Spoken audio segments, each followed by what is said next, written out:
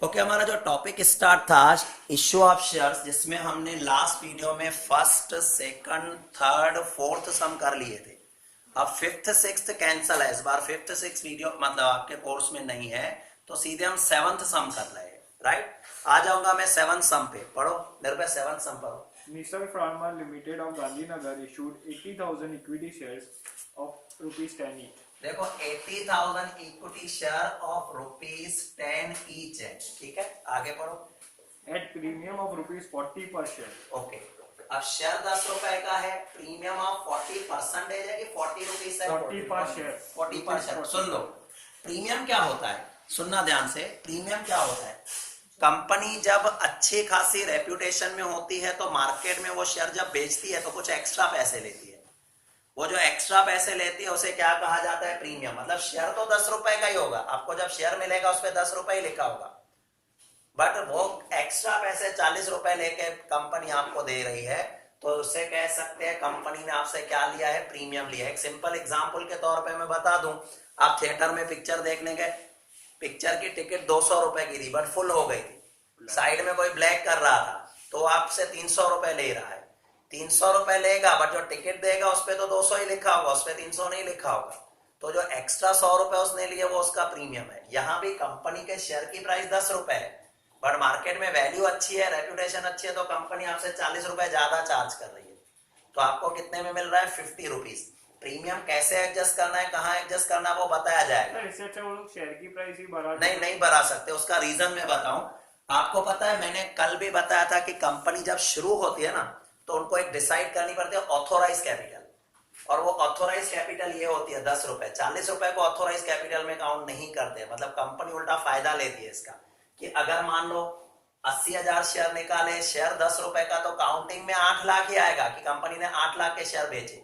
भले मिलेंगे कंपनी को 50 रुपए, 50 रुपए के हिसाब से काउंट करो तो 40 लाख मिलेंगे, हालांकि उसकी काउंटिंग कितनी होगी? खाली 8 लाख की। तो इसको कंपनी का फायदा है। इसके एक्सेस मनी सिक्योरिटी प्रीमियम के नाम पे कंपनी में पड़ी होगी, जो शेयर होल्डर के लिए, हाँ उसमें क्या है, करोड़ों रुपए सिक्योरिटी मनी आती है, वो कंपनी वेलफेयर में काम लाती है शेयर होल्डर के लिए।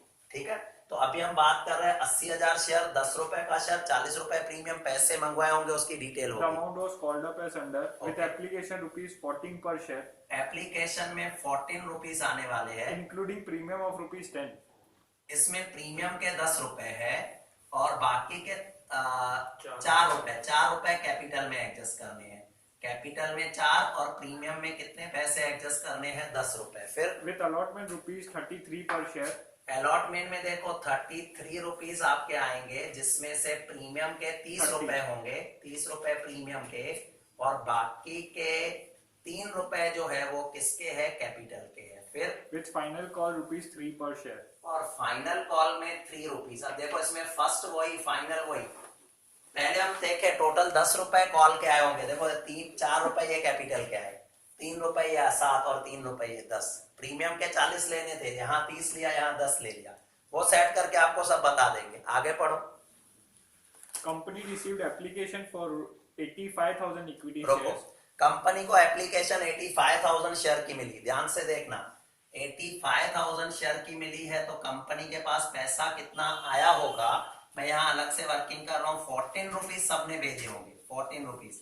85,000 शेयर्स का कितना पैसा आया है? देखो 11,90,000. 11,90,000 कंपनी के पास आया होगा, बट मैंने आपको बताया कि आपको जितने शेयर्स है उतने ही दे सकते हो, उससे ज्यादा नहीं दे सकते हो। आपके पास 11,90,000 शेयर आए, बट आपको है 85,000 शेयर, 80 है आपके पास, एप्लीकेशन 85 किया, ये 5,000 शेयर को रिटर्न कर देना पड़ेगा। तो उसको मैं दिखाऊंगा कैसे। देखो ये 5,000 शेयर में रिटर्न करूंगा तो उन्होंने एक एक शेयर में 14 रुपए 14 रुपीज दिए हैं। 14 रुपीज के साथ 70,000 मेरा रिफंड हो जाएगा। ये 14 रुपीज मतलब 70,000 मेरा रिफंड हो गया। उसके बाद मेरे पास जो शेयर है वो जाएंगे कैपिटल में, तो कैपिटल में मेरे पास 80,000 शेयर है, कैपिटल का कितना पैसा आया है? 4 रुपए, 11,20,000. 3,20,000। 3,20,000 कैपिटल में जाएगा। अच्छा. 4 रुपए कैपिटल के, 10 रुपए आपके प्रीमियम के हैं, तो प्रीमियम में जाएगा, प्रीमियम में कितना पैसा जाएगा, 80,000 शेयर है आपके पास, 80,000 शेयर 10 रुपए के हिसाब से 8 लाख रुपए हमें प्रीमियम में दिखाने पड़ेंगे।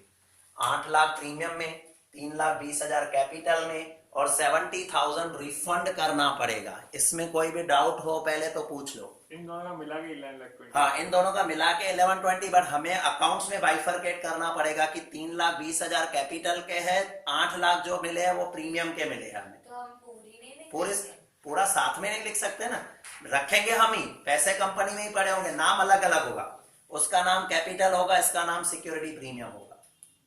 आ गया ध्यान में? क्लियर? जैसे जनरल रिजर्व और कैपिटल है तो दोनों ओनर के ही ना। दोनों डिवीजन करके। हाँ, दोनों बाइफरकेट करके, एंट्री में भी बाइफरकेट करके दिखाने पड़ेंगे। आगे बढ़ो, अलॉटमेंट पढ़ो तो क्या लिखा हुआ है? Excessive application received were rejected and amount received with the application on this was refunded. Okay, इसका मतलब यहाँ पर एक्सेस एप्लीकेशन जो है वो रिफंड कर दी, वो तो मैंने पहले ही रिफंड कर दिया आपकी। आगे बढ़ो। Amount due on allotment and final call were duly called up. Okay, जो अलॉटमेंट का पैसा और फाइनल कॉल का पैसा कॉल कर दिया गया है। अभी आपको बताएंगे कि सारे पैसे मिले कि किसी ने बाकी रखे। All the amount due on all the shares were duly received except allotment money and final call money on 2,000 share held by Devami. Okay, ठीक है, फिर ओके। Past journal entry. सुन लो, हमें कहा कि सभी लोगों ने पैसे दे दिए, खाली एक देवामी करके है जिसके पास 2,000 शेयर है, उसने अलॉटमेंट का और फाइनल कॉल का पैसा नहीं दिया। That means calls and arrears आया। अब देखो होगा क्या, ध्यान से सुनना। पहले आपके पास अलॉटमेंट में 33 रुपीज आने वाले हैं। 33 रुपीज कितने शेयर है, बोर्ड पे देखना, 80,000। वर्किंग देख लो, वर्किंग हो गई फिर इजी हो जाता है। 80,000, 33 एक शेयर का, 80,000 शेयर से मल्टीप्लाई करो तो कितना आएगा? 26,40,000. 26,40,000। उसको हम बाइफरकेट करेंगे। ये जो 33 है उसमें 3 रुपए कैपिटल के है, मतलब 80,000 शेयर की कैपिटल में कितना लिखा जाएगा, 2,40,000 और 30 रुपीज प्रीमियम के है, तो 80,000 को लिखेंगे तो 24 लाख जो लिखा जाएगा वो प्रीमियम में, मतलब टोटल 26,40,000 की एंट्री आएगी, जिसमें से 24 लाख प्रीमियम में जाएंगे और 2,40,000 जो जाएंगे आपके कैपिटल में जाएंगे। अगर पूरा पैसा आया, समझो ध्यान रखो, पूरे का पूरा पैसा आया तो आपके पास कितना पैसा आने वाला है, 26,40,000 आने वाला है। बट जैसे कि हमें इंफॉर्मेशन में है कि देवामी जो एक लड़की है उसके पास 2,000 शेयर है, उसने पैसा नहीं दिया है, तो देखो वर्ड आ गया कॉल्स एंड एरियर्स। कितने शेयर, 2,000 शेयर, कितने पैसे नहीं दिए, एक शेयर को उसके 33 रुपीज देने वाले थे, तो 33 के हिसाब से उसके 66,000 हमारे पास नहीं आए हैं। 66,000 हमारे पास नहीं है, वो हो गया कॉल्स एंड एरियर्स। आने वाले थे 26,40,000, उसमें से 66,000 का माइनस कर लो, कितना आएगा, 26,40,000 में से माइनस करके देखो 66 तक 25,74,000 इतना पैसा आपके पास बैंक में आया होगा। राइट, नेक्स्ट फाइनल कॉल की बात करते हैं। बाइफरकेशन नहीं करेंगे 66 में से। ओके ना, मैंने ऊपर कर लिया बाइफरकेशन। हमारे पास उतना थोड़ी है कैपिटल और उसमें हमारे पास। हाँ, बट उसका कॉल्स एंड एरियर्स में डाल दिया, कॉल्स एंड एरियर्स में करवा रहा हूँ, एंट्रीज में ध्यान ना, इसका करने की जरूरत। इसमें भी हमने ऐसा ही किया ना, जो भी पैसा आया था उसका बाइफरकेशन कर वो तो हो गया अभी, बट 66 में से बाइफरकेट नहीं करेंगे, कैपिटल का कितना टोटल वो अमाउंट में आ जाएगा। कॉल्स जब भी इसके फ्यूचर में पैसे आएंगे तो हम क्या लिखेंगे, bank account debit to calls and arrears. तो इसमें हम लोग उसके 24 और 24 ही दिखाएंगे, मतलब 24 और 2,40,000। हाँ, वो पूरे दिखाएंगे, क्योंकि इतना कहा जाएगा पैसा ड्यू हुआ है, मुझे लोगों से लेना है, कम आया वो कॉल्स एंड एरियर्स में गया। राइट, अब क्या होगा, 3 रुपए के हिसाब से 80,000 शेयर्स का 2,40,000 आने वाला था, मतलब इतना फाइनल कॉल में पैसा आने वाला था। बट हुआ क्या, 2,000 शेयर का कॉल्स एंड एरियर्स हो गया, 2,000 शेयर। अब 2,000 शेयर का 3 रुपए के रेट से 6,000 आ जाएगा कॉल्स एंड एरियर्स। ये कॉल्स इन एरियर्स कितना, 6,000। 240 में से 6 माइनस कर दिया तो 2,34,000 हमारे पास बैंक में आया है। ठीक है, इस सब में ऐसा नहीं दिखाया है कि जो देवामी है उसने बाद में पैसे दे दिए, लिखा है कहीं भी नहीं लिखा है। तो आपने जो लास्ट एंट्री लिखी थी ना कि पैसे आ गए bank account debit to calls and arrear, वो नहीं है। लास्ट कितनी एंट्री आएगी? 2 4 6 आठ एंट्री आएगी। छः 6 एंट्री आएगी। मैं एंट्रीज कर लेता हूं, आप सिर्फ देखो, बट घर जाके ये कर लेना सब, ठीक है? आपसे पूछ के मैं एंट्री लिखने वाला हूं। मेन वर्किंग है, एक बार वर्किंग प्रॉपर हो गई तो एंट्रीज में ज्यादा टाइम नहीं लगता है, और जो भी प्लस माइनस है सब इसमें हो जाता है। वहां खाली आपको अमाउंट ही लिखना है, और वो फिक्स है, एंट्रियां भी फिक्स है, ये आपकी मर्जी है। ज्यादातर टीचर्स नहीं दिखाते, बाकी मैं दिखाता हूं तो थोड़ा इजी रह जाता है। नहीं, बोर्ड में दिखाना पड़ेगा। थोड़ी वर्किंग दिखानी पड़ती है, कैसे आया प्लस, भले इतनी डिटेल नहीं, मैं डिटेल दिखा देता हूं ताकि कुछ एक्स्ट्रा करना ही नहीं पड़े। और एंट्रियां तो फिक्स है, 8 एंट्रियां 6 एंट्रियां, मतलब 3 स्टेप है ना, तो 6 एंट्रियां आएगी आपकी। 4 होते हैं तो 8 एंट्री आएगी, और एंट्री भी फिक्स है कि ये फिक्स एंट्री आएगी।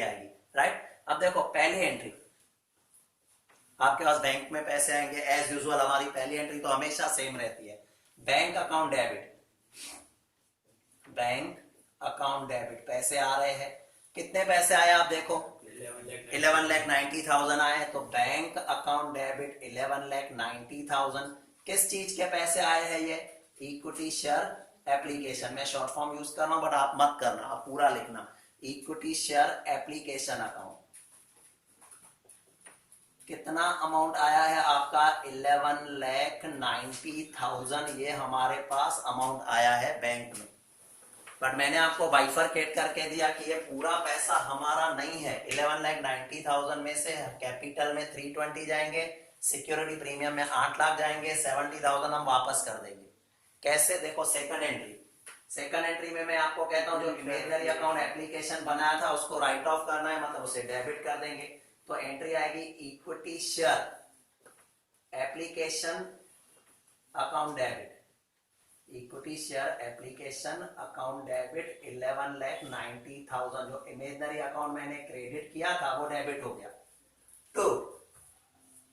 तो में आएगा equity share capital account. Security premium को हम क्या काउंट करते हैं? क्रेडिट करते, लायबिलिटी काउंट करते हैं। क्यों, मैं समझा रहा हूं, 2 मिनट खाली। Equity share capital account, capital में कितना पैसा जाएगा? जो 3 रुपए लिए थे ना, 4 रुपए, वो कैपिटल है, 3,20,000 कैपिटल में जाएगा, 3,20,000। फिर आएगा to security premium, to security premium, 8 lakh. Security premium में देखो 8 लाख है, तो to security premium account 8 lakh. और फिर जो एक्स्ट्रा पैसा था मैं रिफंड कर दूंगा, तो वर्ड आ जाएगा टू बैंक अकाउंट। एक्स्ट्रा पैसा मैं रिफंड कर दूंगा बैंक अकाउंट। देखो बैंक अकाउंट में कितना पैसा वापस जा रहा है? 70,000 वापस गया। अब वास्तव देखो, सिक्योरिटी प्रीमियम हमारे लिए लायबिलिटी होती है क्योंकि कंपनी ने पैसा लिया है, बट इसका फ्यूचर में शेयर होल्डर के लिए यूज करना है, तो लायबिलिटी पे रिजर्व्स एंड सरप्लस में पड़ा होता है। ऐसा मतलब उनका कुछ भी हिस्सा नहीं होता है उसमें? किसका? Company board of company share holder he company के है ना, और उसमें खुद भी वो शेयर होल्डर है। आज मेरी कंपनी है, यहाँ रिलायंस कंपनी है, तो मुकेश अंबानी के 50% 60% शेयर होंगे, तो प्रीमियम में उसका भी हिस्सा ही होगा। जब फ्यूचर में कंपनी बंद होगी तो लिक्विडेशन के टाइम में 8 लाख में से 4-5 लाख उसको मिल जाएंगे, तो उसका ही है ना, पैसा उसका ही है, बट दूसरे भी तो शेयर होल्डर है, तो उनको लिखाना पड़ता है भाई पैसे पड़े हैं, देखो 8 लाख रुपए पड़े हैं, ये तुम्हारे ही है। कंपनी जब बंद होगी तो आपको ये पैसे वापस दिए जाएंगे। और इसके बेस पे जितनी प्रीमियम ज्यादा होती है उतना ही रेट ज्यादा होता है कंपनी का, क्योंकि प्रीमियम ज्यादा दिखा रही है कि हाँ कंपनी अच्छी खासी है, पैसे सेफ है, कोई प्रॉब्लम नहीं है। आया ध्यान में? मतलब वो होते हैं ना 51% शेयर कंपनी। हाँ होते होते हैं, खुद के ही होते, खुद के या खुद के परिवार के, मतलब मेरे भाई के नाम पे, वाइफ के नाम पे, बच्चों के नाम पे, इस तरह से हम आपस में बांट देंगे ताकि मेजोरिटी स्टेक हमारे पास रहेगा। जब भी कोई डिसीजन लेना होगा तो हमारी ज्यादा चलेगी। अब मैं आ जाऊंगा थर्ड एंट्री। नहीं, वो तो उन्होंने अंदर की ये वर्किंग नहीं दिखाई। हाँ, इसके लिए उन्होंने एंट्री के अंदर दिखा दी, हमने ये सब यहाँ दिखा दिया तो हो गया। आपको ऐसा दिखाना है, दिखाओ तो बहुत अच्छा, क्योंकि वर्किंग आप दिखाओगे ना तो एक तो आपकी एक्यूरेसी आएगी और माइंड क्लियर होगा कि क्या क्या है। नहीं तो यहाँ पर आप ये सब देखने जाओगे तो एंट्री भूल जाओगे। इससे तो बेटर वर्किंग पहले कर लो, उसमें एग्जाम्पल ही आपका 8 मार्क का आता है। एडमिशन 8 मार्क के कौन कौन से चैप्टर आते हैं? एक एडमिशन, एक रिटायरमेंट और एक शेयर्स का। सोचो आप एडमिशन चैप्टर कर रहे हो, उसमें रीवैल्यूएशन अकाउंट बनाओगे, पार्टनर्स कैपिटल अकाउंट बनाओगे, बैलेंस शीट बनाओगे, उनके कंपैरिजन में ये वर्किंग करके एंट्री सी कर देनी। तो वर्किंग करना, भले मेरे जैसे इतनी डिटेल नहीं करना, अपने आप को समझ में आ जाए उतनी करना। हाँ, नरेशन लिखना पड़ता है, बट आज तक जितने भी बोर्ड में सम आए ना उनमें लिखा होता है नरेशन इज नॉट नेसेसरी। अगर वो लिखा हो ना तो नहीं लिखना है, सुन लो, अगर वो लिखा हो तो नहीं लिखना है, अदरवाइज रूल है एंट्रीज कहीं भी हो तो उसके साथ नरेशन आता ही है। एंट्रीज कहीं भी लिखो ना, कुछ भी किसी भी जगह पे एंट्री लिखो ना, नरेशन कंपलसरी। बट अगर मेंशन करके देते हैं नरेशन इज नॉट नेसेसरी तो फिर आप उसको में स्किप कर सकते हो। चलो मैं थर्ड एंट्री पे आता हूँ, सुनना। थर्ड एंट्री किसकी है? अलॉटमेंट। अब अलॉटमेंट में कितने पैसे आने वाले हैं? 26,40,000, जिसमें से कैपिटल के 2,40,000 और प्रीमियम के आपके है 2,24 है। तो मैं एंट्री क्या लिखूंगा? देखो, 2 lakh। Equity share allotment account debit. आप अपनी आगे के सम चेक करना, उसमें भी एंट्री ऐसे ही है, equity share allotment account debit. Allotment में आने वाला है 26,40,000। Equity share allotment account debit 26,40,000। Clear हो रहा है मैं क्या लिख रहा हूं, कैसे लिख रहा हूं, ध्यान आ रहा है? और टू में क्या आएगा? देखो, to equity share capital account. Equity share capital account, मुझे पता है कैपिटल में कितना पैसा है, 2,64,000, यही है ना? नहीं सॉरी, 2,40,000 है। कैपिटल में है 2,40,000 और टू सिक्योरिटी प्रीमियम। तो सिक्योरिटी प्रीमियम में है 24 लाख। तो security premium account 24 lakh. Debit और क्रेडिट मैच होने चाहिए, 24 लाख और 2,40,000, 26,40,000 हो गया। ये हमने थर्ड एंट्री लिखी, इसे बोलते हैं पैसा ड्यू हुआ। मिला कितना वो नहीं लिखा है मैंने, ड्यू हुआ कि हम इतना पैसा ले सकते। पहले हमेशा जब बड़ी बड़ी कंपनी होता है पैसा ड्यू होता है, बाद में मिलता है। ड्यू मतलब क्या होता है? एक डिसाइडेड होता है कि हम 3 महीनों के बाद पैसे लेने, जैसे ही 3 महीने कंप्लीट हुए मतलब ये ड्यू हो गया कि हम ले सकते हैं आपसे। फिर लोगों के घर लेटर जाएगा कि आपको इतने इतने पैसे देने हैं, तो लोग पैसे देंगे। अब हमें पता है कि बैंक में पैसे आए हैं 25,74,000 क्योंकि कुछ लोगों ने पैसे बाकी रखे, राइट? तो पहले पैसे आए हैं बैंक अकाउंट डेबिट 25,74,000, तो यहां मैं दिखा दूंगा bank account debit 25,74,000। Bank account debit 25,74,000। क्यों पैसे कम आए? क्योंकि कॉल्स एंड एरियर्स हुआ। सर और यहाँ पे कोई मेंशन नहीं किया है, पता नहीं। एक minute, calls and arrears account debit, calls and arrears account debit में क्या आएगा? 66,000 आएगा। सर इन लोगों ने इसकी 2 मिनट आता हूँ, उस पे आता हूँ 2 मिनट खाली।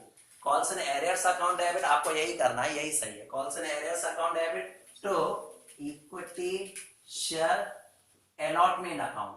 तो इक्विटी शेयर अलॉटमेंट अकाउंट जिसमें आपका अमाउंट आएगा 26,40,000। टेक्स्ट बुक में जो मेथड है फिलहाल उसको मत देखो, एग्जाम्पल कंप्लीट होने दो, मैं समझा रहा हूं उसने कैसे किया है। 2 मिनट खाली। पहले ये क्लियर हुआ आपका? देखो मैंने समझाया था, इमेजिनरी अकाउंट बनेगा, अलॉटमेंट 26,40,000 वो क्रेडिट हो गया, डेबिट क्रेडिट एडजस्ट हो गया। मेन एंट्री आपकी रही bank account debit to equity share capital. अभी तो प्रीमियम भी आ गया। कोई भी 4 एंट्री तक डाउट? ठीक है, 5th पे आते हैं, बाद में टेक्स्ट बुक में देखते हैं क्या किया है। 5th एंट्री सर जो हमने कॉल्स एंड एरियर्स का गिना ना पैसा, मैं बता रहा हूँ नहीं सब। पर जो आज तो हाँ, सुना बताओ। है इसी में, हाँ बता। तो उसमें हम लोग वो प्रीमियम और वो दोनों काउंट करके हमेशा वो अपने आप आ जाएगा। देखो मैंने कॉल्स एंड एरियर्स में कितना रखा है? 33, क्योंकि वो देगा, जब पैसा नहीं देगा तो ऐसा तो नहीं कहेगा काम करो प्रीमियम का लो, इसका पैसा नहीं देता हूँ, या इसका लो इसका नहीं देता हूँ। देगा तो बाकी बाइफरकेशन करना पड़ेगा ना, हमको दिखाना पड़ेगा कैपिटल कितने की नहीं आई है। नहीं, वो दिखाने की जरूरत ही नहीं है, वो अपने आप अंदर एडजस्ट हो। क्योंकि मुझे क्या है कि 2,40,000 कैपिटल है और 24 लाख रुपए प्रीमियम है। ये मैंने बाइफरकेट करके प्रीमियम में और कैपिटल में डाल दिया है। जो भी टोटल अमाउंट बाकी है, टोटल अमाउंट ही दिखाएगा, उसको बाइफरकेट करने की जरूरत नहीं। एक सिंपल एग्जांपल मैं आपको देता हूं। समझ गया। हाँ। इसको बाइफरकेशन की जरूरत नहीं, बट कैपिटल कर देना कि कैपिटल में अभी तक इतना नहीं आया। नहीं, वो करने की जरूरत नहीं है। कॉल्स एंड एरियर्स मतलब टोटल पैसा। आप स्कूल में जब फीस भरते हो ना, तो स्कूल की फी का बाइफरकेशन होता है। ट्यूशन फी इतनी, स्पोर्ट्स की इतनी, ये इतनी। अब मान लो किसी 2 स्टूडेंट्स की फीस बाकी है, तो मैं टोटल ही लिख लूंगा इतनी बाकी है, उसको अंदर थोड़ी बाइफरकेशन की ट्यूशन में से इतने नहीं आए, इसके इतने नहीं आए, टोटल अमाउंट ही दिखाया जाता है। क्योंकि अब चलो मान लो जैसे कि इसके पैसे फ्यूचर में आ गए, तो वो एंट्री क्या आएगी हमारी? Bank account debit to calls and arrears, अपने आप सब सेट हो जाएगा। बार बार इसको बाइफरकेट करने की जरूरत नहीं पड़ेगी आपको। अब मैं आ जाता हूं नेक्स्ट पर, आपके फाइनल कॉल की एंट्री पर। फाइनल कॉल में कितने पैसे आने वाले हैं? 2,40,000, 240। तो मैंने 240 की तो एंट्री लिखनी ही है, 5th number entry, equity share final call account debit, equity share final call account debit 2,40,000 to equity share capital account. याद है, उस दिन भी एंट्री हम लिख रहे थे, सेम एंट्री, तो सेम है, माइनर चेंजेस आता रहता है। 2,40,000 मतलब मेरे पास 2,40,000 आने वाले हैं। मैं ऐसा कहूंगा ड्यू हुए पैसे।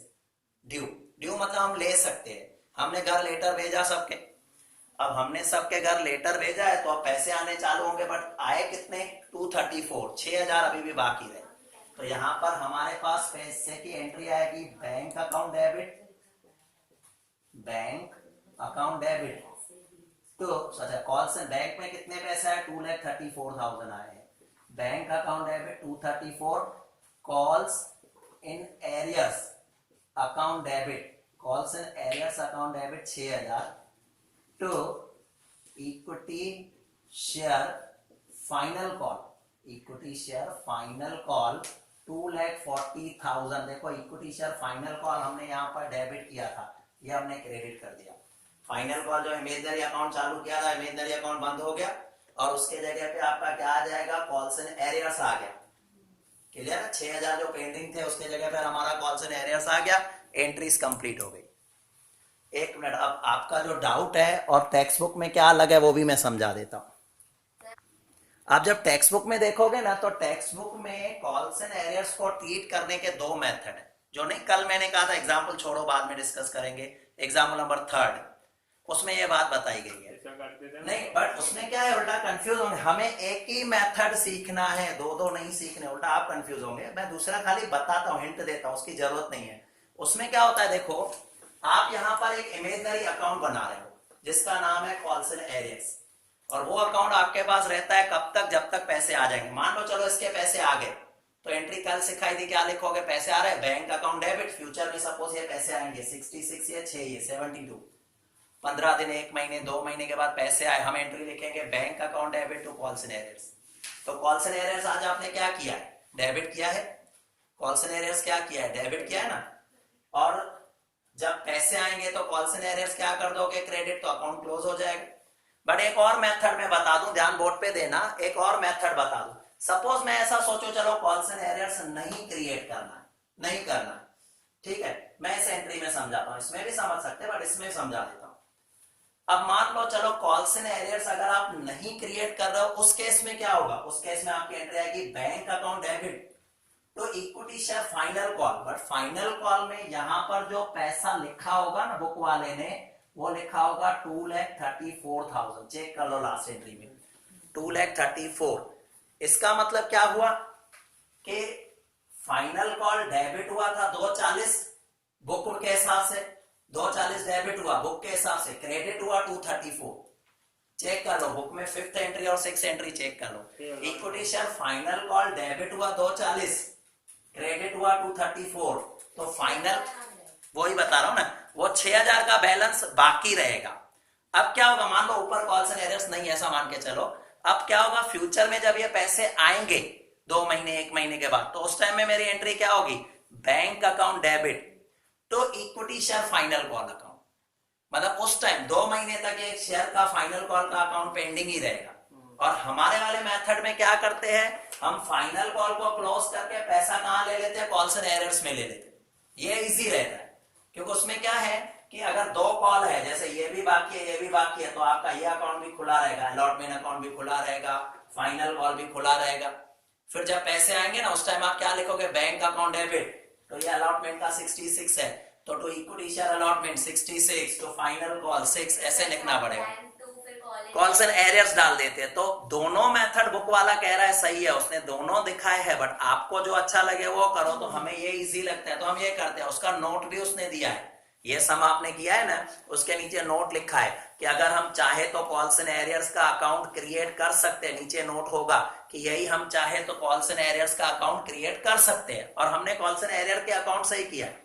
बट अगर किसी ने कॉल्स एंड एरियर्स नहीं करना चाहता है तो फिर क्या करेगा? उसका यहां पर कॉल्स एंड एरियर्स नहीं होगा, तो उसकी ये एंट्री क्या होगी, ये एंट्री भी बता दो। बैंक अकाउंट डेबिट 25,74,000 तो इक्विटी शेयर अलॉटमेंट 25,74,000 लिखा होगा, उसने 26,40,000 नहीं लिखा होगा। आपकी फोर्थ एंट्री चेक करो, तो ये जो कम डेबिट हुआ 26,40,000, क्रेडिट हुआ 25,74,000, तो जो कम डेबिट हुआ वो आगे चल के फ्यूचर में क्रेडिट हो या क्रेडिट होगा आगे। टोटल में डिफरेंस आता होगा ना। टोटल को मतलब ही नहीं है ना, टोटल तो हम अपनी मर्जी के लिए करते, बाकी टोटल का कोई मतलब नहीं रहता है। आ गया ध्यान में, देख लो। फिर भी कोई डाउट पूछने हो तो आप पूछ लो भले।